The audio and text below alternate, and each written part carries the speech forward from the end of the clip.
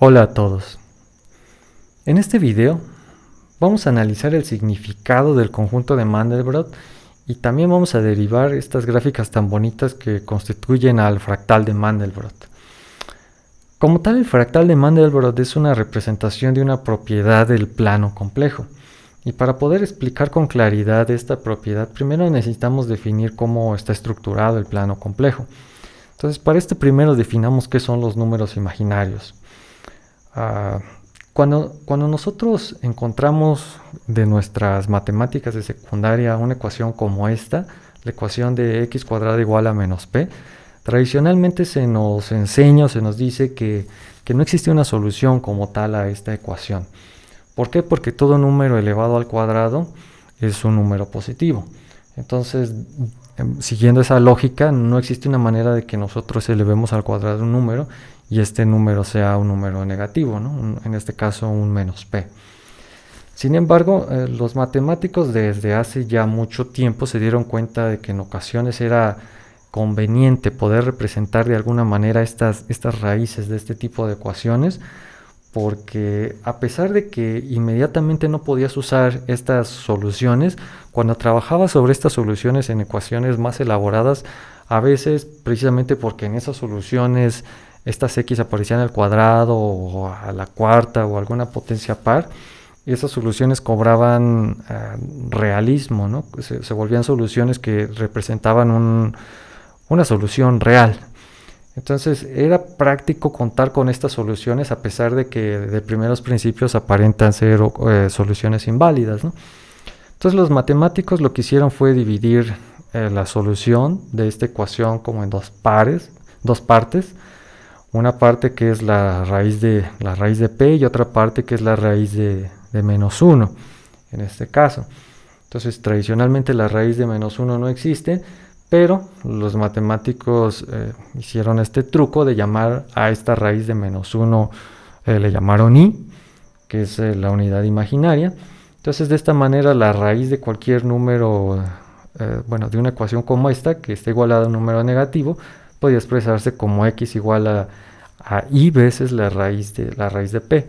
Y de esa manera ya contabas con una manera de representar soluciones de todos los números que tú quisieras.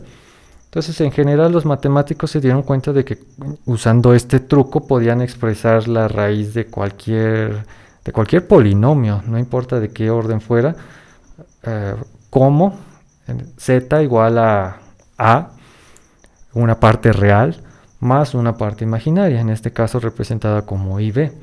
Entonces, con esto tú tenías las herramientas para solucionar cualquier polinomio que se te presentara, ¿no? Y bueno, eso básicamente es lo que engloba el teorema fundamental del álgebra, que nos dice que puedes encontrar n soluciones para un polinomio de grado n, ¿no? En este caso no es relevante extendernos en ese punto, simplemente de que en general las soluciones de cualquier polinomio se expresan así, como z igual a una parte real más una parte imaginaria. El único problema de esa representación es que resulta difícil representar esto de una manera tradicional. Y con esto me refiero a que cuando nosotros estamos representando nuestros números, generalmente hacemos una recta numérica que va desde menos infinito hasta infinito, pasa por un cero, y bueno, hay un montón de marquitas en esa recta numérica. Y el problema de todo eso es que nosotros sabemos muy bien cómo representar allí un número real, pero ¿cómo hacemos para representar allí un número como el que tenemos escrito, ¿no? Este z igual a más ib. Entonces no hay una manera clara, al menos la parte real la podemos representar con claridad, ¿no? Como, bueno, en este dibujo lo estoy colocando como un punto azul con la parte real, ¿no? Pero ¿dónde coloco exactamente ib en esta recta numérica? No tiene una posición clara. Entonces, los matemáticos para esto derivaron como un truco, ¿no? Para poder representar a los números complejos en general. Y este truco consistía en representarlos en un plano cartesiano. Entonces, en este plano cartesiano, el eje x representa la parte real del número complejo, el eje y representa la parte imaginaria del número complejo. Entonces, como tal, ese número z igual a más i b es una especie de vector, ¿no? Es una coordenada en este plano complejo, ¿no? Con coordenada xa con coordenada y b. Entonces de esta manera ya nosotros tenemos una manera de representar todos estos números complejos, ¿no? Nada más que ahora ya no son nada más una recta numérica, son todo un plano. Pero bueno, eso nos da una manera de representarlos. Entonces, ¿qué es lo que representa como tal el conjunto de Mandelbrot? Ahora que sabemos que son los números complejos, que estos son puntos en un plano cartesiano. Bueno, la regla como tal que define el conjunto de Mandelbrot es esta regla que aparece aquí. Es una regla iterativa, básicamente, ¿no? Si tú tomas el valor de los puntos del plano complejo, la elevas al cuadrado y le sumas una constante, eso te genera un nuevo valor, digamos, para ese punto que estás tomando, ¿no? Entonces esto se resume en esta ecuación que está hasta arriba, que es zn más 1 igual a zn cuadrada más c. Entonces, de hecho, bueno, se define que para todos los puntos del plano complejo, tú tomas como z, en este caso como la z inicial, z0, asignas un valor 0 fijo, y tomas un valor de como c igual al valor de la coordenada en la que te encuentres para todos los puntos del plano complejo, ¿no? Entonces cada punto lo sometes a esta regla iterativa, ¿no? Lo elevas al cuadrado, le sumas el valor de c y bueno, con eso obtienes el siguiente valor de una sucesión. Entonces el conjunto de Mandelbrot se define como los puntos, aquellos que sometidos a esta sucesión nunca divergen. Y para esto vamos a tomar un ejemplo. Supongamos que nosotros tomamos el punto C igual a 1. Es un punto que está sobre el eje real de este plano complejo, ¿no? Si nosotros lo sometemos a esta sucesión, podemos ver, ¿no? que en la primera iteración, tal y como nos dice la regla, z0 es 0. Entonces esto lo elevamos al cuadrado, es 0, le sumamos un 1. Y con eso obtenemos básicamente 1, ¿no? Entonces ese 1 lo volvemos a meter en la regla iterativa y ahora es 1 al cuadrado más 1, que es 2. Después lo volvemos a meter en la regla iterativa, nos da 5, ¿no? Igual seguimos procediendo de esta manera, llegamos a 26, llegamos a 677, ¿no? Entonces, como se ve con cierta claridad de este ejemplo, esta regla está dándonos números cada vez más y más y más grandes. Entonces resulta claro que al menos para este punto c igual a 1, el valor está comenzando a diverger, está creciendo ilimitadamente y eventualmente podríamos decir que se hace un valor infinito si lo sometemos a suficientes iteraciones. Por otro lado, si nosotros tomamos otro punto de este mismo plano complejo, como es el punto C igual a I, es el punto que está a una unidad arriba de 0 sobre el eje Y. Entonces lo sometemos a esta regla iterativa.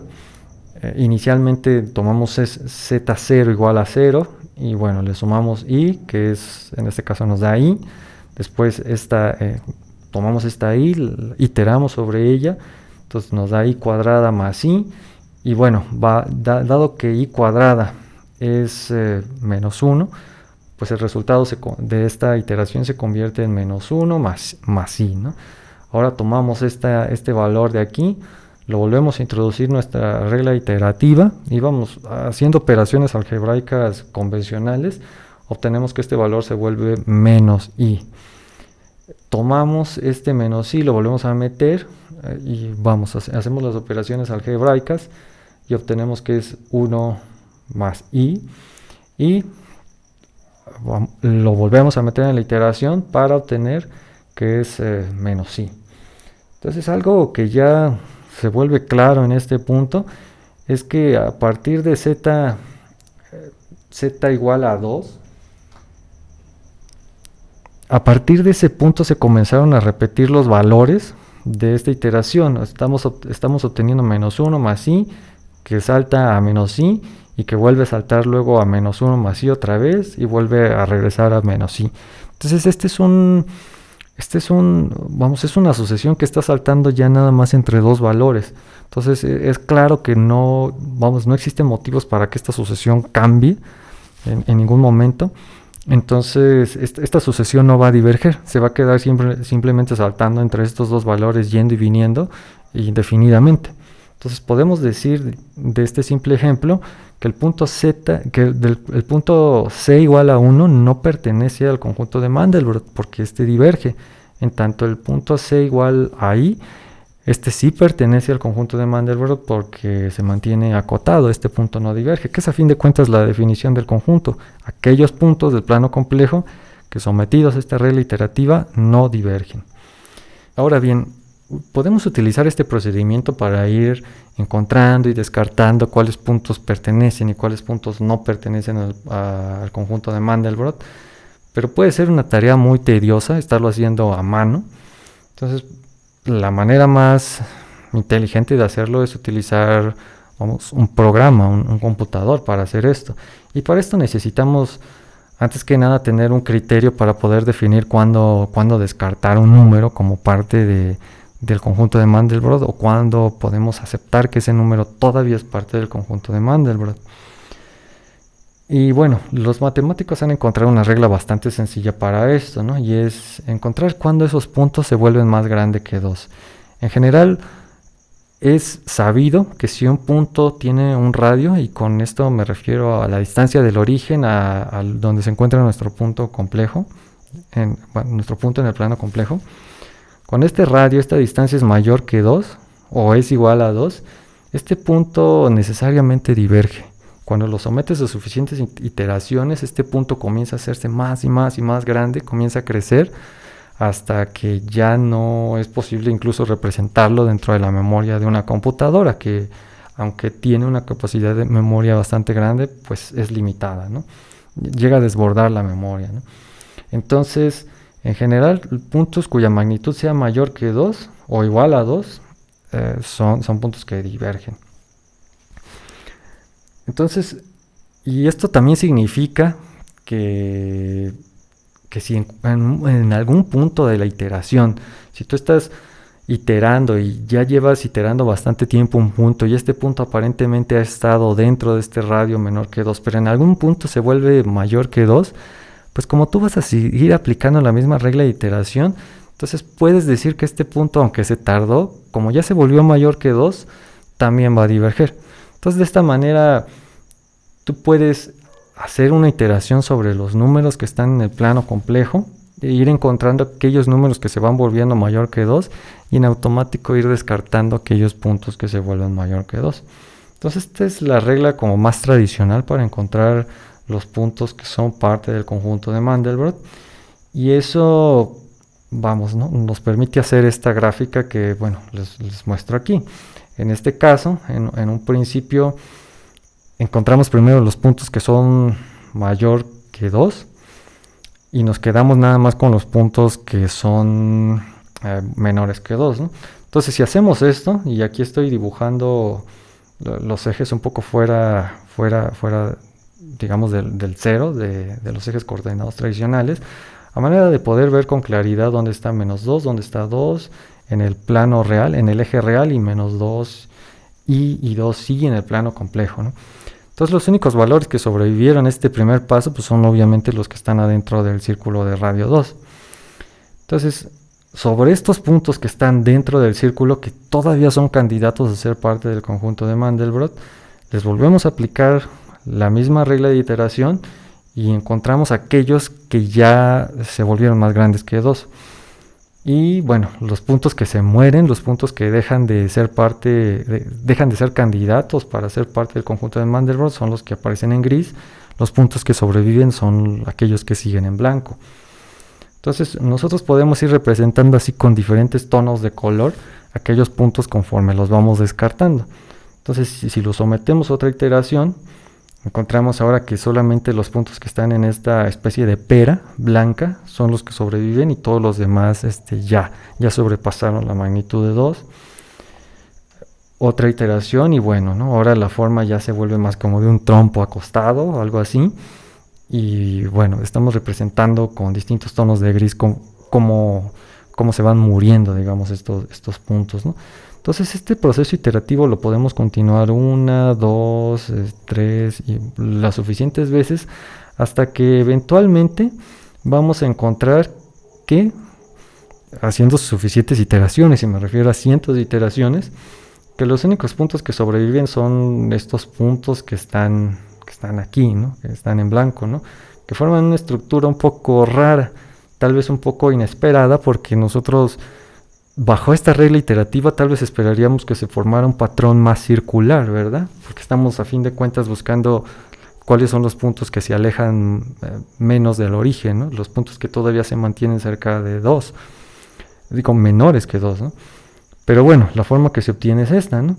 Que es una forma un poco rara y es una forma que literalmente ni siquiera el mismo Mandelbrot que definió este fractal se estaba esperando cuando definió su estructura, y le estaba esperando como una estructura más organizada. Y bueno, eso por supuesto si nos fiamos de la historia de que ellos cuentan acerca de lo que pasó cuando descubrieron, cuando por primera vez graficaron este fractal. Porque, y bueno, aquí les muestro la primera gráfica conocida que se tiene del fractal de Mandelbrot. Y bueno, para esto tenemos que entender que en ese entonces, que fue más o menos en 1980, algo así, la mayoría de las computadoras no eran las computadoras que manejamos hoy en día, que tienen su pantalla, y teclado, todo muy bonito, ¿no? La mayoría de las computadoras eran computadoras que trabajaban con tarjetas perforadas, eran computadoras cuya salida de datos generalmente era una impresión hecha por una impresora de matriz de punto, que es lo que vemos en este caso, ¿no? Es la salida impresa por una impresora de matriz de punto, y vamos, se ve este patrón, ¿no? Que a primera vista pues, se ve como un patrón extraño. Se cuenta que Mandelbrot y su equipo lo primero que pensó fue que algo había fallado, que había un error en su código, ¿no? Porque ese patrón raro se les hacía simplemente muy extraño. Entonces se fueron a revisar su código, se fueron a revisar sus cálculos y eventualmente regresaron para darse cuenta de que efectivamente, de hecho sí, eso era el fractal, ¿no? No había un error en los cálculos, ¿no? Simplemente el fractal fue algo muy extraño, ¿no? Y fue a través de las semanas siguientes en donde se pusieron a analizar exactamente qué era lo que había salido, que comenzaron a darse cuenta de que este objeto que había salido de esta regla iterativa tenía características muy interesantes, ¿no? Características de autosimilitud, características de que no eran comunes, porque incluso en esa época el concepto de fractal no estaba muy bien definido. De hecho, el mismo Mandelbrot fue quien vino a definir lo que era el término, la manera en que se define un fractal de manera moderna, ¿no? Entonces, hasta este momento lo que hemos obtenido es una imagen en blanco, bueno, en tonos de grises, de este fractal a través de este proceso iterativo, simplemente asignándole un valor diferente de tono de gris. Sin embargo, generalmente estos fractales, cuando los observamos en las gráficas bonitas que estamos acostumbrados a ver en internet, en nuestras computadoras, se muestran en tonos coloridos y muy exuberantes, ¿no? Entonces estos tonos exuberantes no representan algo muy específico, en realidad son como una libertad artística, libertad creativa que se toma la persona que ha dibujado el fractal. Y bueno, a continuación les muestro un poco de cómo puedes hacer eso utilizando este fractal hecho en tonos de grises que acabamos de generar. En esta sección del video simplemente estoy tomando la imagen del conjunto de Mandelbrot que había generado anteriormente en blanco y negro y le estoy abriendo con Photoshop. Bueno, ustedes pueden checar los links en la descripción de este video porque ahí pueden encontrar un código para poder generar esta imagen, ¿no?